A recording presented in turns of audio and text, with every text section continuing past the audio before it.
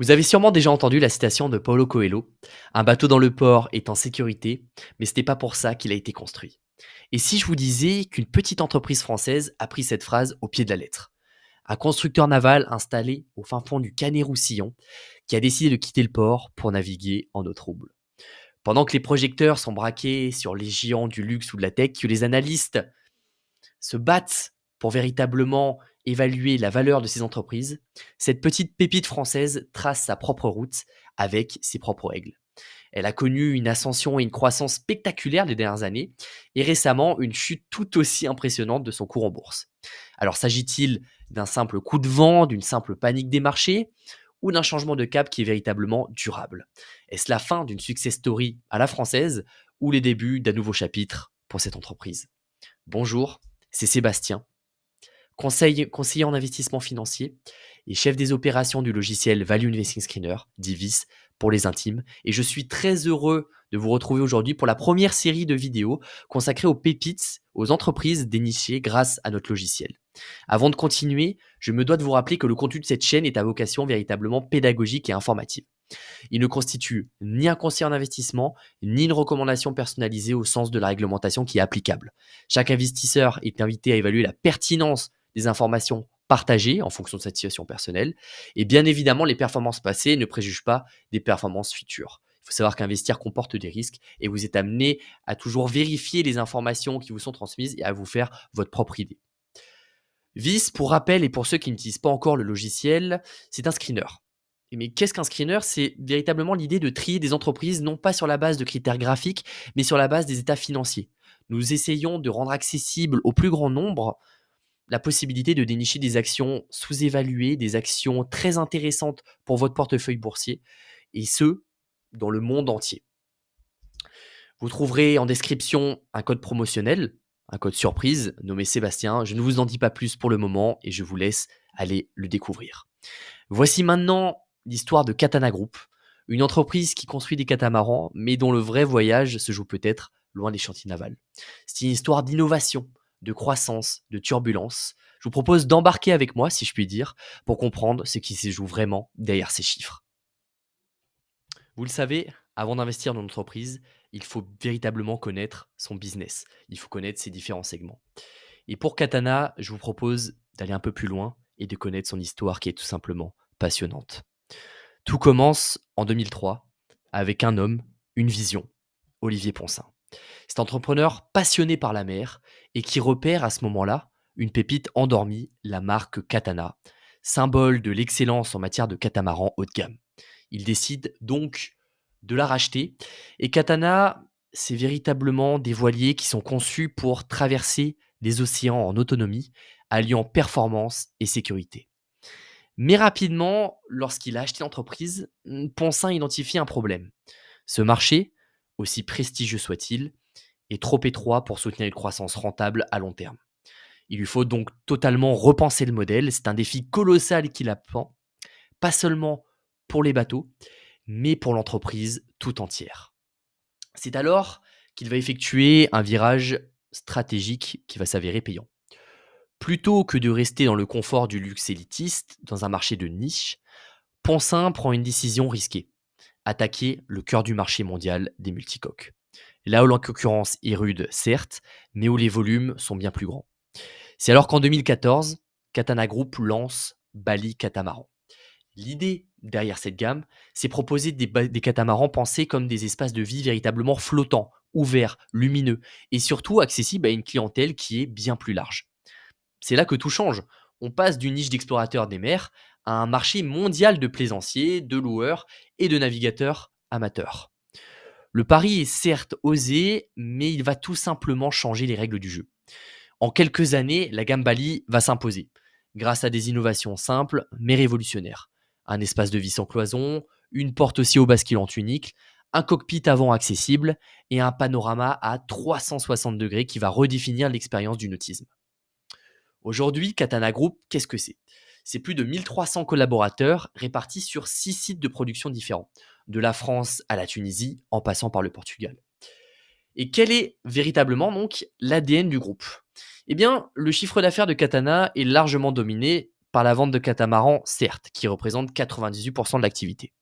Au sein de ce cœur de métier d'ailleurs, il y a la gamme Bali et qui s'impose véritablement avec 91% du chiffre d'affaires total, grâce à son design innovant et son succès international. Le deuxième segment est bien évidemment Katana, positionné sur le très très haut de gamme pour les croisières hautuaires et qui pèse environ 5% du chiffre d'affaires du groupe avec une distribution qui est beaucoup plus confidentielle. Vous l'aurez compris, les catamarans, c'est l'ADN historique du groupe. Il y a donc Bali. Et avec Bali, tout est pensé pour le confort, la vie à bord, la simplicité de navigation. Bali, d'ailleurs, est devenu l'un des leaders mondiaux sur le marché des catamarans de plaisance, notamment sur le segment de la location, un segment qui est de plus en plus important. Et depuis 2023, une troisième marque a vu le jour. On l'appelle Yacht Power Catamaran. C'est une marque et une gamme dédiée aux catamarans à moteur. Ce segment en forte croissance attire une clientèle beaucoup plus large. Jeunes plaisanciers, familles, hôtellerie flottante ou simplement ceux qui veulent profiter de la mer sans voile ni complicité. Yacht va miser sur le design, le confort, la stabilité et la consommation qui va s'avérer totalement raisonnée. Vous l'aurez donc compris, Poncin et Katana ont créé un véritable écosystème pour élargir le marché et toujours avoir des opportunités de croissance.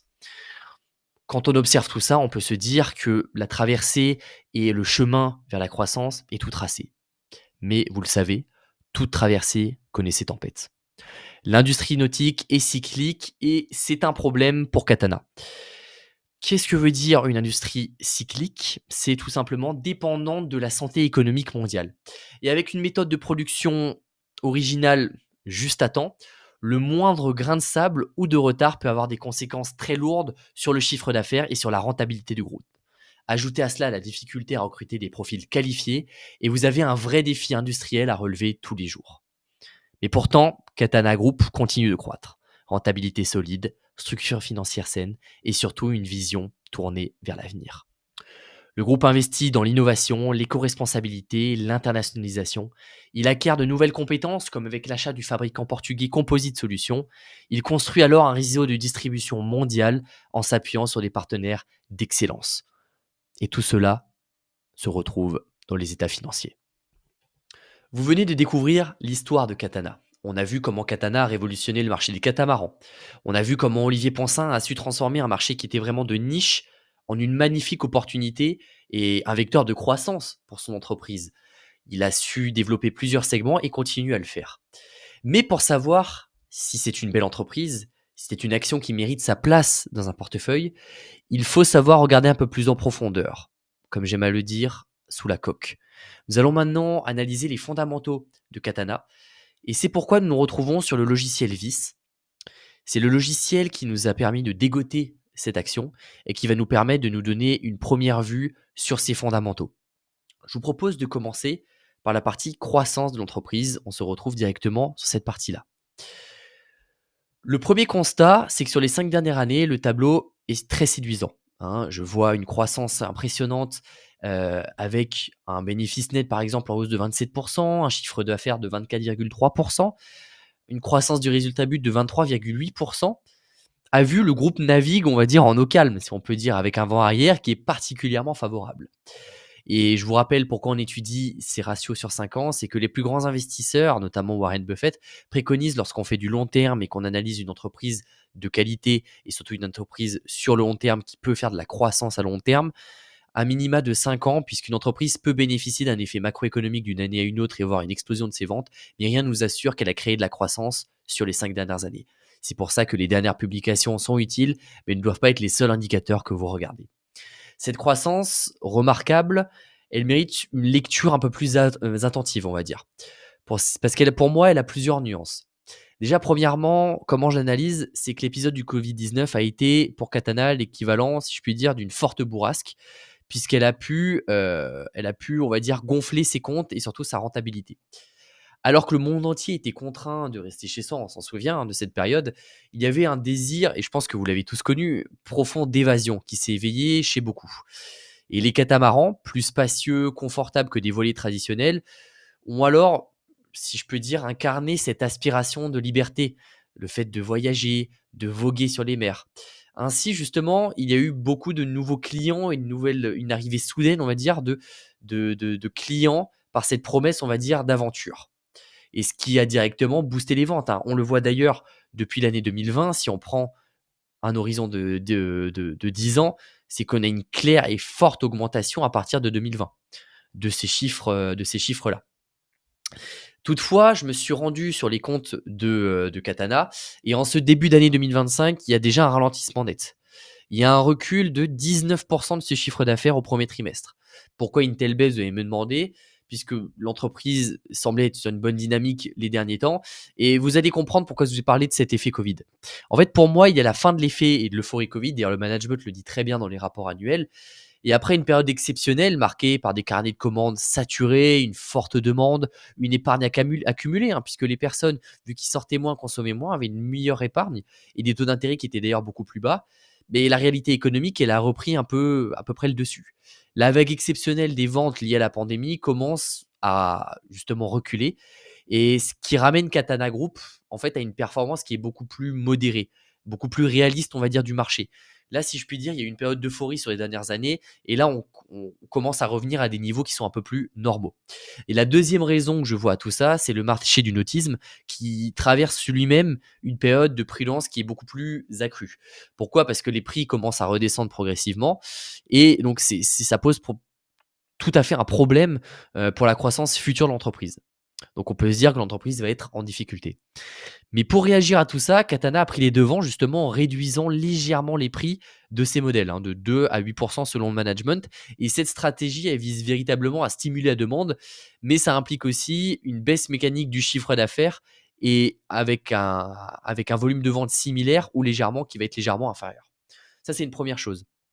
Deuxième chose, je pense que vous voyez sur le graphique, ce n'est pas calculable sur 5 ans, les flux le free cash flow, le flux de trésorerie disponible.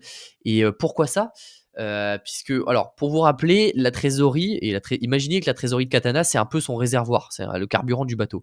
Actuellement, ce réservoir se vide, surtout de 2023 à 2024, il est même négatif de 13 millions d'euros.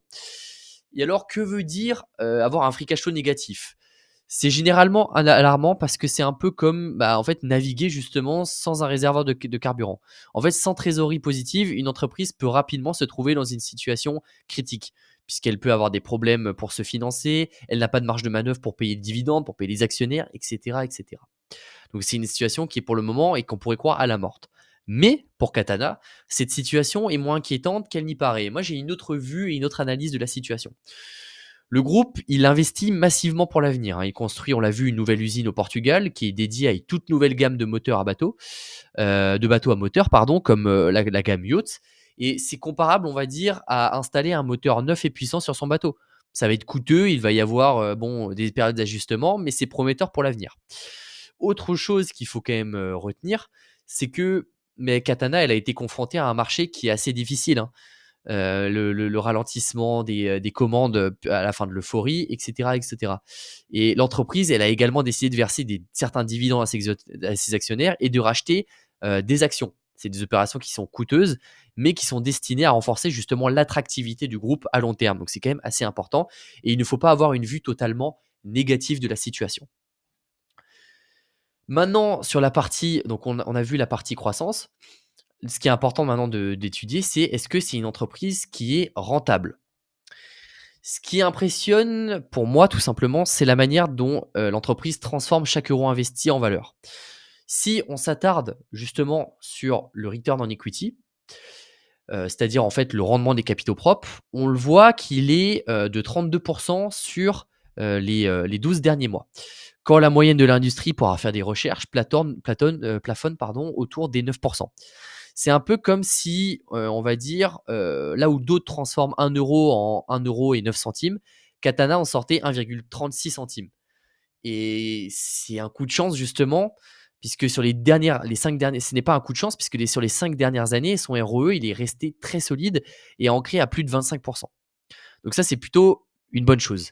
La deuxième chose que je remarque, c'est son return on asset. Ça mesure, en fait, c'est un ratio qui mesure l'efficacité avec laquelle les actifs sont utilisés pour générer des profits. Et on le voit ici, Katana atteint pour ce ROA 10,9% sur les 12 derniers mois, contre à peine, pour avoir fait des recherches, 6% pour la moyenne de son industrie. C'est-à-dire qu'en fait, le groupe sait faire fructifier tous les actifs qu'il possède, ce qui est extrêmement important, puisque quand on va investir de l'argent, quand vous investissez par exemple de l'argent dans un appartement, c'est important qu'il soit rentable, vous voulez de la rentabilité, mais c'est exactement le même principe ici. Et cette rentabilité, évidemment, elle n'est pas venue par magie, hein. Elle s'explique en grande partie par une amélioration spectaculaire des marges, puisque lors du dernier exercice, et vous allez le voir quand vous allez dans le dernier rapport trimestriel, Katana a résolu un problème classique dans l'industrie. Et c'est un effet qu'on appelle l'effet ciseau.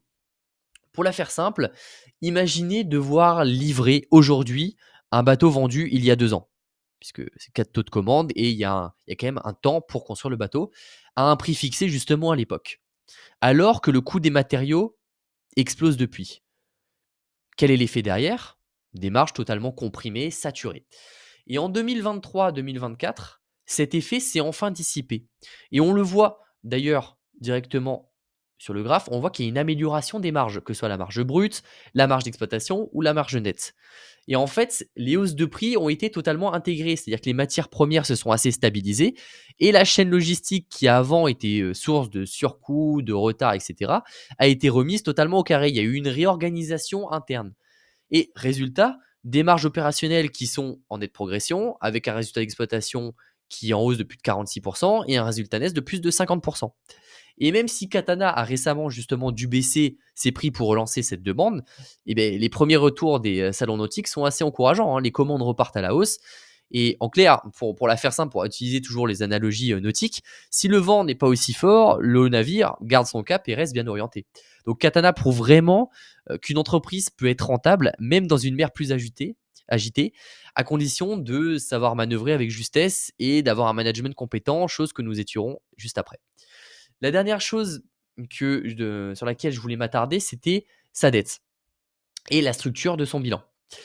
Vous le savez, avant d'investir et pour avoir une entreprise de qualité, vous voulez pas investir dans une entreprise, vous voulez pas acheter sa dette. Et c'est un peu le même principe. Il faut que l'entreprise, pour être résiliente à long terme, puisse rembourser ses dettes, que ce soit déjà sur le court terme, donc être très liquide, mais également et de quoi subvenir à ses créances déjà immédiates et à long terme. Donc c'est assez important pour ne pas risquer la faillite dans les prochaines années et voir ainsi votre capital partir en fumée. Et comment on étudie ça? Bon, déjà, son ratio d'endettement par rapport au revenu, donc le debt to income, eh ben, il s'élève seulement à 1,45. C'est-à-dire en clair, si Katana, pour la faire simple, décidait de consacrer l'intégralité de ses bénéfices nets au remboursement de ses dettes, elle pourrait absolument tout solder en un peu plus d'un an. Et pour vous donner une idée à quel point c'est intéressant et c'est impressionnant, Benjamin Graham et Warren Buffett ils considèrent qu'un DTI inférieur à 4, c'est un signe de grande prudence financière. Donc pour l'instant, Katana coche la case. Autre indicateur assez rassurant, c'est tout d'un coup le coût de la dette. Aujourd'hui, on le voit ici, les intérêts versés représentent à peine 3,43% du résultat d'exploitation. C'est comme si l'entreprise est roulée avec un crédit à très très faible taux. C'est-à-dire qu'en fait, les créanciers ont confiance en Katana. Et c'est une situation qui est assez enviable, surtout dans un contexte de remontée globale des taux et surtout du contexte actuel. Et s'il y a un coup dur, vous allez me dire, qu'est-ce qui va se passer? Pas vraiment d'inquiétude puisque Katana dispose d'un bon niveau de liquidité à court terme, hein. Comme le montre d'ailleurs son current ratio, qui je vous le rappelle, c'est un ratio qui évalue justement la capacité d'une entreprise à honorer ses dettes de court terme. Et là, vous le voyez, il est de 1,75, ce qui est très positif. Puisqu'on considère que déjà quand il est supérieur à 1,5, il est très élevé. Et encore plus supérieur, plus il est élevé, mieux c'est. C'est-à-dire qu'en fait, elle avance prudemment, investit intelligemment et garde assez de ressources pour affronter tous les imprévus. Donc c'est en fait finalement un modèle de gestion rigoureuse qui inspire confiance et même en cas, si je puis dire, de tempête qui est assez agité. Étudions maintenant, si vous le voulez bien, le management de Katana. Le management, je le dis souvent, c'est l'un des points quand même primordial et assez souvent négligé de la part des investisseurs. Pourquoi? Puisqu'en fait, c'est comme avoir un bon capitaine. Pour arriver et pour assurer la pérennité à long terme de l'entreprise, il faut un bon management, une équipe all-star. Bon, déjà, ce qui est sûr, c'est que le management de Katana sait créer de la valeur. Et comment on le sait? Grâce à un indicateur qui est souvent négligé, mais qui est important, le ROIC, ou plutôt le retour sur les capitaux investis.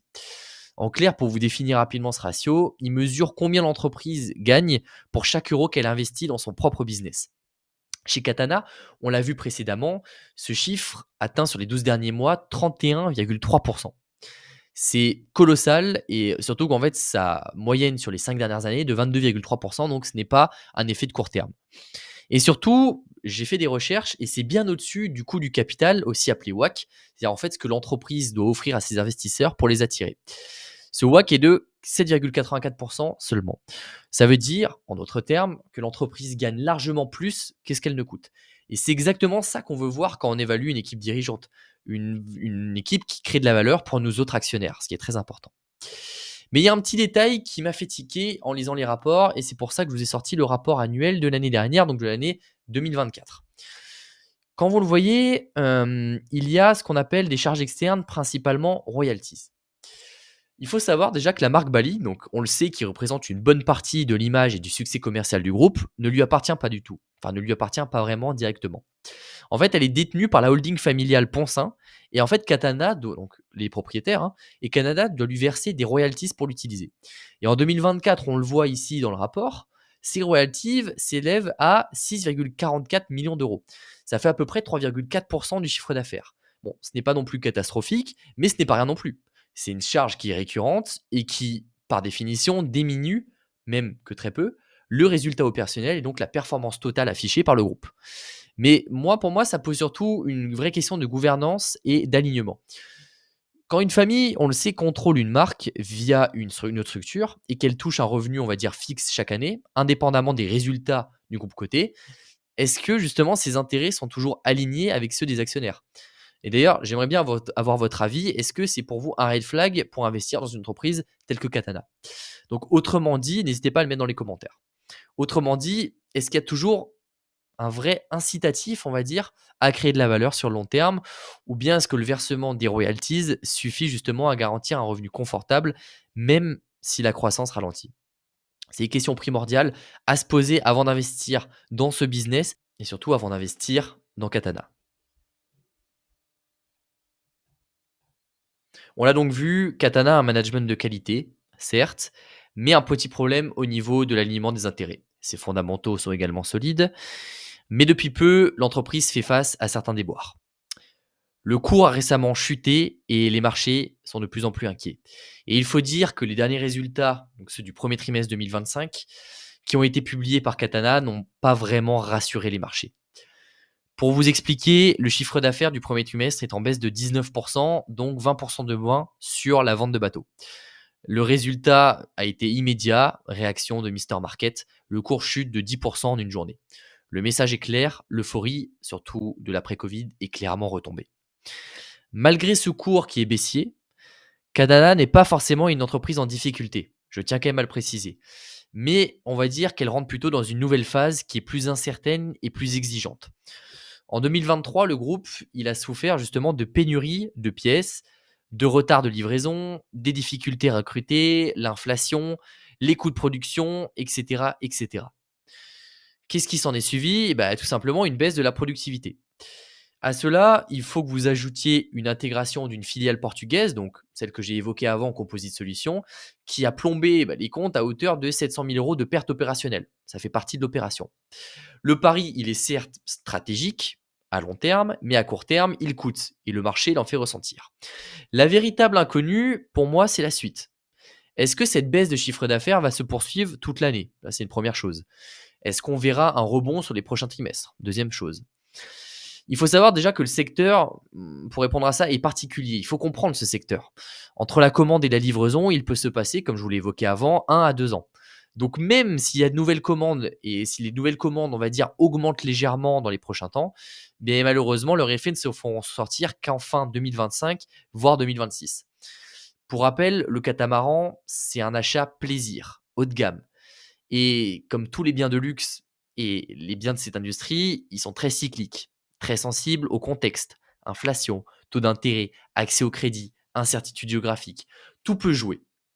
La demande, elle reste là, mais elle devient de plus en plus fragile, surtout dans un contexte économique qui est de plus en plus compliqué, comme on le sait depuis quelques mois. Ce sera des choses à étudier, c'est un avenir qui reste incertain, qui peut poser justement des questions pour plusieurs investisseurs, surtout sur la pérennité à long terme. Et justement, j'aimerais bien avoir votre avis en commentaire sur cette situation. La dernière grande partie à étudier est la valorisation de l'entreprise. Autrement dit, est-ce que son cours reflète sa valeur intrinsèque, la valeur réelle, ou alors y a-t-il justement un potentiel de sous-évaluation de l'entreprise? Est-ce qu'elle reste bon marché ou pas? Et vous allez le voir, pour Katana, la situation est un peu plus ambiguë, un peu plus compliquée qu'il n'y paraît. Déjà, on se retrouve donc sur VIS pour regarder les différents ratios. Le premier sur lequel je vais m'attarder, c'est le PER, donc c'est-à-dire le ratio cours-bénéfice. Il est à 3,19.